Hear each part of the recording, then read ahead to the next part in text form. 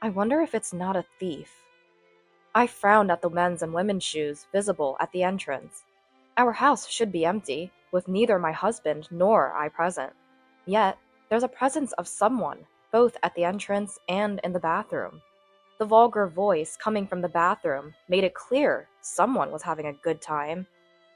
It's common for husbands to call their mistresses over when their wives are out, but that's impossible. This voice, could it be? My husband, standing next to me, is staring at the bathroom with a pale face. My name is Taylor. I've been married to Kevin for 2 years. Being a dual-income couple, we don't have children yet. However, I believe we lead a peaceful and affectionate life, going out or traveling on our days off. Fortunately, neither our parents nor our in-laws rush us about having children. In fact, our parents and in-laws live nearby, allowing us to have a good relationship where we can gather for family dinners. The slightly old but magnificent house we rented was introduced to us by our in-laws. The dinner parties, which happen once a month, if at all, are mostly held at our place.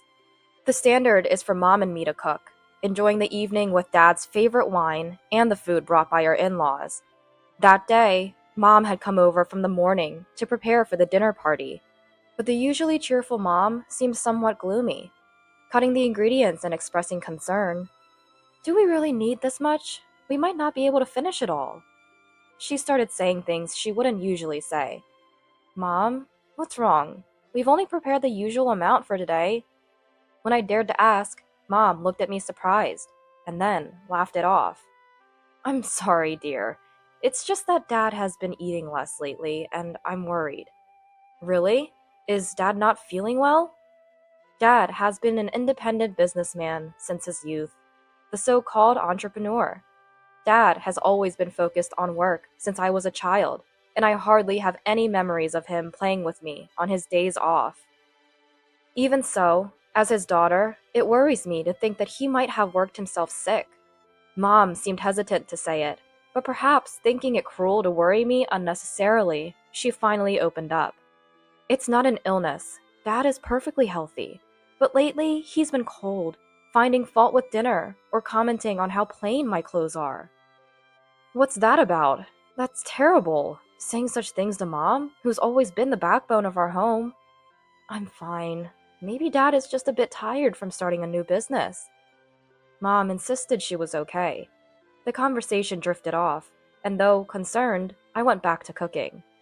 Today, we plan to lay out a lavish spread, including Dad's favorite steak and pie, as a gesture of support for his new business venture. As for what Kevin was doing, he's the type who can't rest until every nook and cranny is clean, given his fondness for cleanliness. Even if it's just family, he meticulously cleans the entrance and living room whenever we have guests. As I began to tidy up the planters in the garden, Dad, my mother-in-law Sarah, and my father-in-law Sean gathered around. "Taylor, can I have a moment?" "Yes, Sarah?" This happened as I was checking the temperature of the pan to cook the steak. Sarah, who appeared in the kitchen, had a grim expression for some reason. She silently handed me a box that seemed to be a gift, and puzzled, I accepted it. To my surprise, it bore the logo of a restaurant famous for its steaks. Indicating she had gone out of her way to bring it, upon opening the lid, I found it contained thick, high-quality steaks, their savory aroma whetting the appetite. It seemed we had inadvertently prepared the same dish. However, I thought it would be easy enough to just cook fewer steaks. After all, it wasn't the first time our gifts had coincidentally matched. "Wow, did you go out of your way to buy this? We heard it was a celebration, but you could have told us about the steaks." "This is awkward. Can we just serve the gift steaks today?" "But you have Kevin, and you two can eat it, right? We're not young anymore, and too much meat can be hard on our stomachs." I found myself at a loss for words. Everyone is nearing 60. It felt wrong to prepare so much food and have it go to waste, especially after Mom helped with the preparations. "You should have said something. How thoughtless." I was taken aback by Sarah's comment as she left. However, she didn't notice my reaction and exited the kitchen with the steaks. It was my first time being on the receiving end of such a remark. We had never coordinated on gifts before. Even when things ended up being the same, it turned into a source of laughter for us.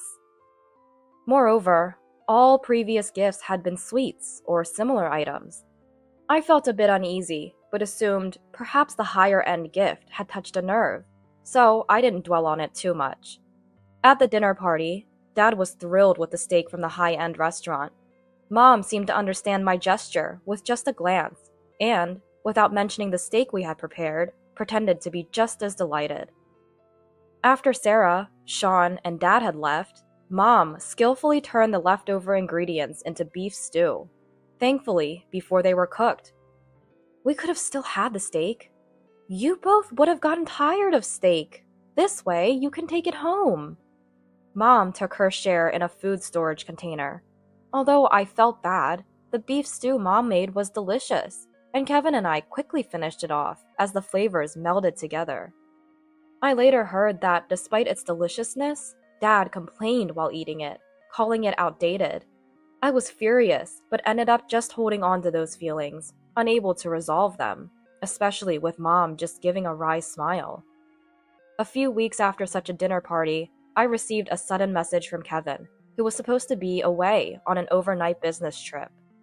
It turned out that the business trip was canceled due to the client's circumstances. He said he would be coming home as usual today. Since he was scheduled to be away for 3 days, I had planned to spend some time at my parents' home. However, with him coming home, plans changed, so I had to inform my mom about the change in plans. While finishing up my usual shopping, I met up with Kevin, and we headed home together. Huh? Did we forget to turn off the lights? I thought I had. When we arrived home, there was a light leaking from the entrance, even though I was sure we had turned everything off before leaving. Concerned about the wasted electricity, I apologized, but Kevin reassured me. Don't worry about it. He chuckled as he inserted the key into the front door, then fell silent. What's wrong? The front door is unlocked. Kevin's words made me catch my breath, thinking it might be a burglar. I quietly activated my mobile phone and started recording. After I nodded to signal him, Kevin slowly opened the front door. Whose shoes are these? In the entryway, there were a pair of men's leather shoes and women's pumps. Kevin's remark made it clear these shoes belonged to someone we didn't know. If these had been Kevin's, and he wasn't here right now, I might think he was cheating by bringing another woman home. But he's right here, next to me. Someone unknown to us was in our house. Sensing my reaction, Kevin grabbed his umbrella, ready to swing it at any moment, and moved forward. Then, we saw the living room light was on, and the food that seemed to have been bought scattered on the table. Strange for a burglar, I thought. Then I heard a voice. Approaching slowly, it became clear the voice was coming from the bathroom. It seems that the person speaking is inside the bathroom. This voice. I can understand why Kevin is truly creeped out. After all, the voice coming from inside is quite vulgar. It's unsettling and infuriating to think that our home could be used without our knowledge. Wondering who on earth could be doing this, I slowly opened the door, and my eyes immediately fell on some discarded clothing. Ah! I couldn't help but let out a sound. There, unmistakably, were Dad's clothes. The large jacket, neatly hung on a hanger, was his favorite he had worn at the dinner party just the other day. The messily discarded shirt and pants were all too familiar. Mom had just left a few hours ago, so there was no way she could be here. It appeared that Dad was bringing another woman into my home for an affair. The realization made me frown involuntarily. Looking up at Kevin, wondering how to explain this to him, I saw him staring with a ghastly pale face at a necklace resting atop the washing machine. I remembered seeing that necklace, and the earrings beside it, quite recently. This can't be... Mom? Kevin's words confirmed the identity of the person inside the bathroom. The ones using our home for their affair were my dad and Sarah. I pulled Kevin, who seemed ready to burst in on them, back to the living room quietly. Moving away from the echoing voices seemed to help him regain some composure. Shouldn't we call your mom and my dad? Kevin suggested, though he seemed confused. What would happen if we brought Mom and Sean here now? I could only foresee a crisis for both families, but I couldn't just ignore what was happening. Vulgar noises were still coming from the bathroom, indicating they might not come out anytime soon. I contacted Mom, and Kevin reached out to Sean right then. It's about Dad. Your dad? He said he was going golfing today and left early in the morning. He won't be back until tonight. Should I tell him to call you when he gets back? It seems that Dad is at home with Sarah. I couldn't bring myself to mention what was happening in the bathroom, but that was enough for Mom to understand the gravity of the situation. In a frightening tone, she said, "I'll be right there," and hung up. Less than 10 minutes later, Mom arrived with a pale face, and Sean looking utterly bewildered. The voices had stopped, but they were still inside the bathroom. The sound of the shower was audible, but thankfully, the voices that had filled the hallway earlier were no longer heard. "Kevin? What do you mean Sarah is here? Like I said earlier, Mom went on a day trip with friends and won't be back until tonight," Sean asked, full of questions. We had informed him that Dad was with someone, but whether he was confused or unwilling to accept it, he desperately avoided looking towards the bathroom. Feeling sorry for Sean, Kevin signaled to me, and I started recording on my mobile phone again. Kevin made no effort to conceal his approach as he charged into the bathroom. "Hey, what the heck are you doing in our house?" The bathroom door, hit hard by Kevin, made a dull sound. Screams from Dad and Sarah were followed by the escalating shouts between Dad and Kevin. Kevin, having forced the door open, grumbled with a tone filled with disgust. I grabbed a bath towel and tossed it into the bathroom, wanting to avoid seeing their nudity at all costs. I don't want to see them naked. Behind me, Mom, apparently unable to hold back any longer, pushed past me and stormed into the bathroom. She shoved Kevin and Sarah aside, and with a roar unlike anything I had heard from her before, she forcibly dragged Dad out of the bathroom. Sean, having finally steeled himself, followed Mom into the bathroom and pulled Sarah out. Then, both of them hastily dressed in their hastily discarded clothes, sitting in the hallway with their hair still damp. In just a matter of minutes, all of us, myself included, were panting heavily, our shoulders rising and falling with each breath. Mom's thin voice broke the silence. "Why?" Her question marked the beginning of Dad and Sarah's explanations. It all began with Sarah's crush on Dad. Given that Dad is a company president, he has connections with some flashy industries. He pays much more attention to his appearance than men his age, and even from my perspective, he's stylish and sophisticated. Sarah reportedly fell for Dad from the moment they met, captivated by his demeanor. Their relationship started to develop during the family meetings organized for mine and Kevin's wedding. Sarah, trying to portray herself as a good woman, eagerly took charge of organizing the dinner parties, gradually becoming closer to Dad. At one of these dinner parties, she finally gathered the courage to confess her feelings. At this point, Kevin, looking nauseous, glared at Sarah, but the problem also involved Dad. He was drawn to Sarah, who adorned herself with bold makeup and flashy clothes, exuding a feminine allure, over Mom, who diligently looked after the home. However, both Dad and Sarah had their own families. Mom often worked at the same company as Dad, and on Dad's days off, Sean usually had a similar schedule.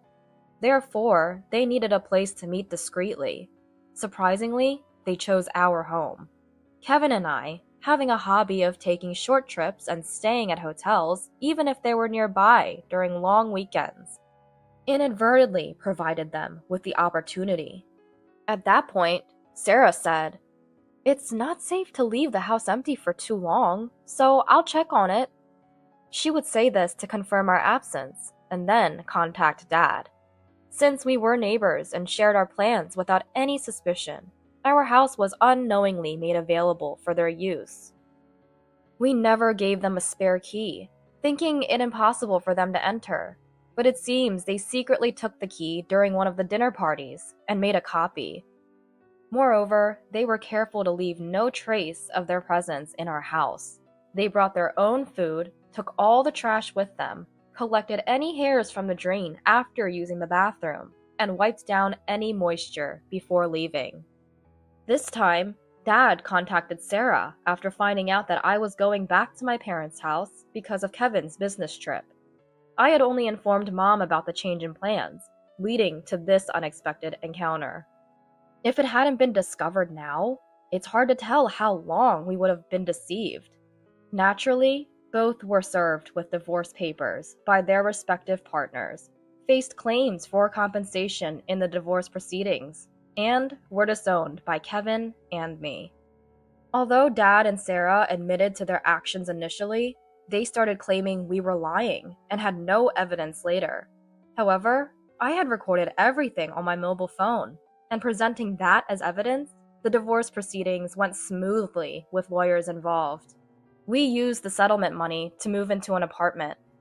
Kevin, who was a bit of a germaphobe, has developed a complete aversion to the bathroom from that day, refusing to even go near it. I too found it painful to continue living in a house that had been used for their affair, so I was fully in agreement with moving. Now, Mom, having lost all affection for Dad, lives with the two of us. After the divorce was finalized, Sarah seemed quite pleased. She became brazenly defiant, perhaps due to Dad's influence, and accepted the divorce settlement and compensation without much resistance. She moved in with Dad right after the divorce, and they got married, fulfilling their desire to be together. It seemed like a perfect outcome for them, with Sarah becoming the wife of a company president, looking forward to a great life ahead. However, their plans went awry. Dad's new business venture failed, and the company's performance rapidly deteriorated, like a balloon being deflated. Mom, upon hearing this, simply nodded as if to say it was to be expected. Who do you think was covering for Dad all this time? Indeed, it was Mom who had been diligently managing the complaints about Dad's forceful business tactics, both inside and outside the company, quietly supporting the business. She handled a major part of the company's accounting and dealt with clients. Naturally, she resigned from the company at the same time as the divorce. And Dad, far from opposing this, was eager to get rid of her, leading to an inadequate handover. As a result, the company was left with employees dissatisfied with Dad, and many followed Mom's lead and resigned, leading to a shortage of staff. Dad had always thought that supporting him was a wife's duty, so he naturally expected Sarah to take over.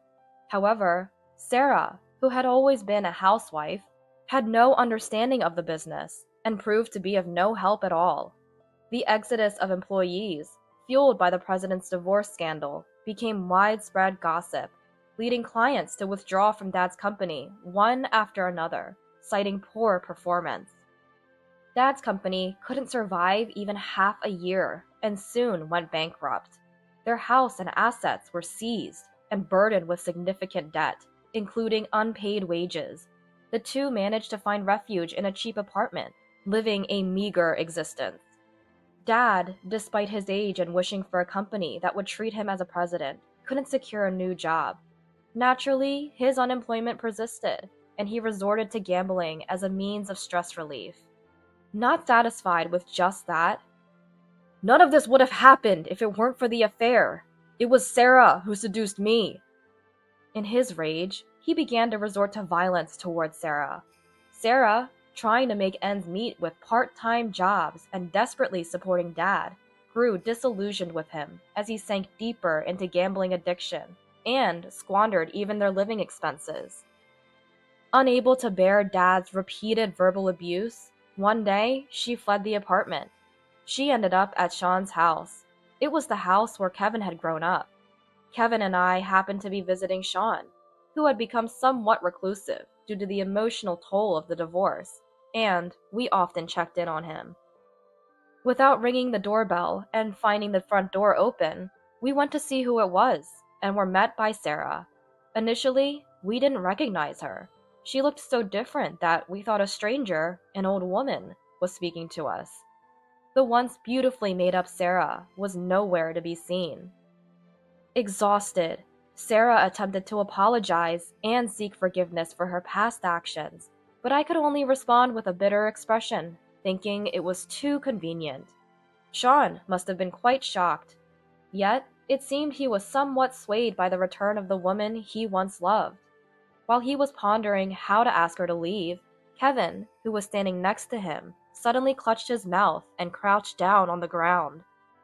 Remembering Sarah's affair in the bathroom, he couldn't hold back and vomited right there. In a panic, Sean and I rushed to bring a trash can and water, and ended up hearing Kevin's cries of rejection towards Sarah from behind his back. Feeling sorry for Kevin and wondering how to resolve the situation, it was Sean who stood up to take action. Sean looked Sarah squarely in the eyes and unequivocally denied any possibility of reconciliation. "Leave!" With firm words, he sent Sarah away. Sarah seemed deeply affected by her own son's vehement rejection, enough to make him physically ill. Without a word, she staggered at the front door and left. Since that incident, Sarah has apparently kept her distance from Sean. There has been no contact from Dad or Sarah since then, so it's safe to assume that our ties with them have been completely severed. Kevin was under the weather for a few days, but has since recovered. Together, we're committed to building a warm and loving home.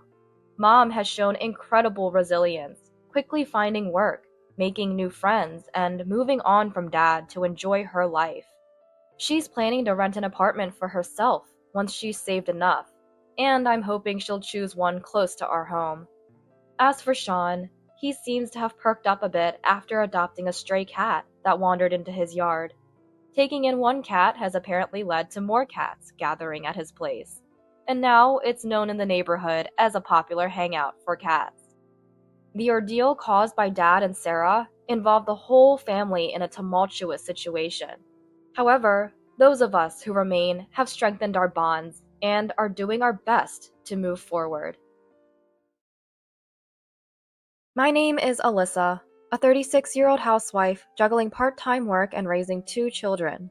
While I'm generally content with my day-to-day life, my husband Jackson, a corporate employee of the same age, often prioritizes his mother Shannon over our family.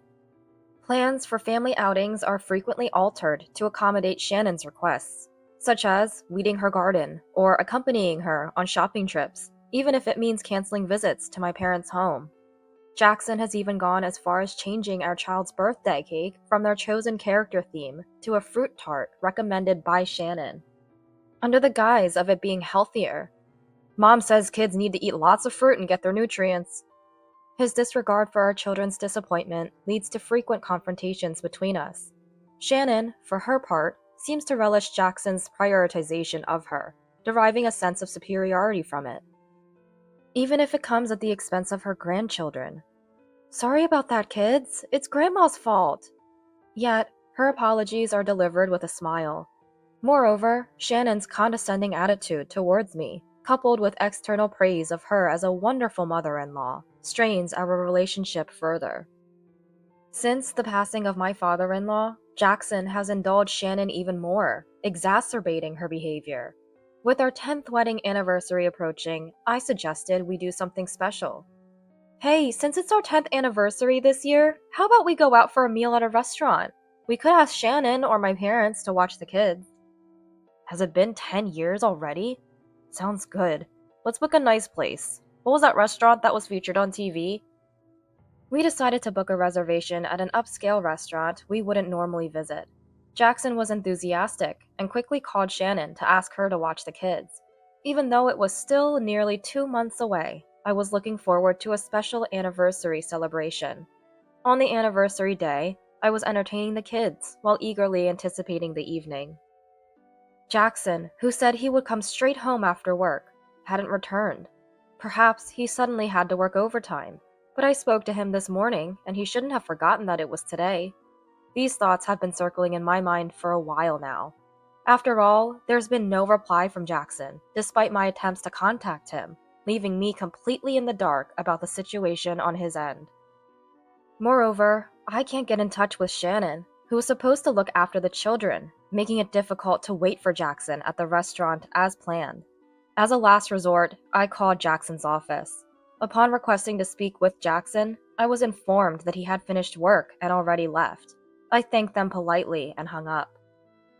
Wondering why he hadn't responded to my messages if he was already done with work, all I could do now was wait.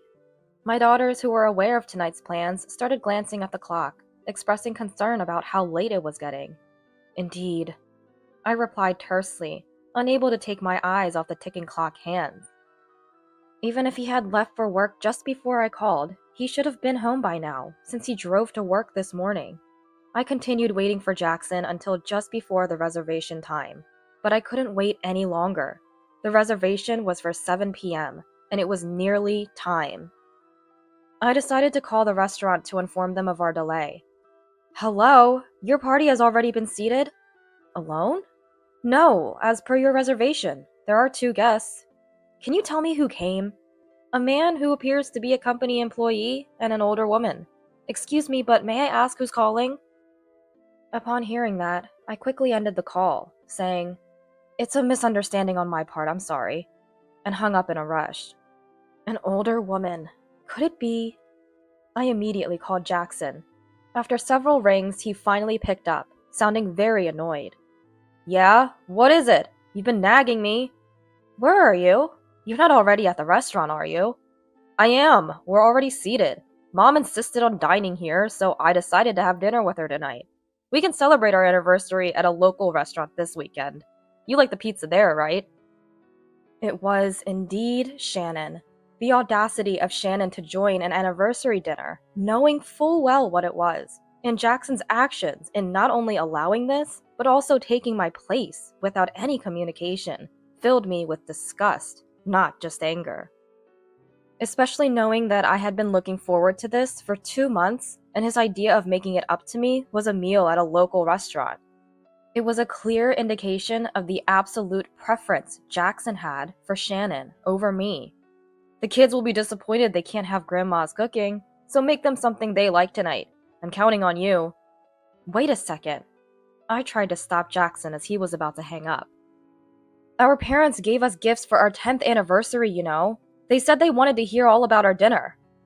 Gifts? Your parents always give me stuff I don't like. Just throw away anything that's not cash. Jackson's suggestion to discard gifts filled with everyone's well wishes was appalling. I gave him one last chance, almost as a gesture of mercy. Alright, but you might regret this later. You sure it's okay to throw them away? Jackson seemed puzzled by my insinuation, but his stance appeared unchanged. Regret what? I just need the cash. Oh, the food's here, so I'm hanging up. Don't call me again, alright? Bye. I sighed as I hung up the phone, noticing the worried looks from my children. It's gotten a bit late, but who wants to help me with dinner? Their eager hands lifted my spirits slightly. After dinner, I did as Jackson had said, sorting through the anniversary gifts. I kept the cash and prepared to discard the rest, feeling ashamed and sorry for those who had given them to us. It's astonishing that I've managed to stay with Jackson for 10 years. After finishing up and putting the kids to bed, Jackson came home. Don't you think it's terrible to prioritize Shannon, even on our special 10th anniversary day? It was my invitation, and you knew I was looking forward to it. You could have had dinner with Shannon any other day. Yeah, don't sulk. I said I'd take you to the local restaurant next time, right? I'll even pay for half of it. It's not just about that. You said we didn't need the gifts everyone prepared for us because it's our anniversary. You're being persistent. I have work tomorrow. Can you just let me sleep?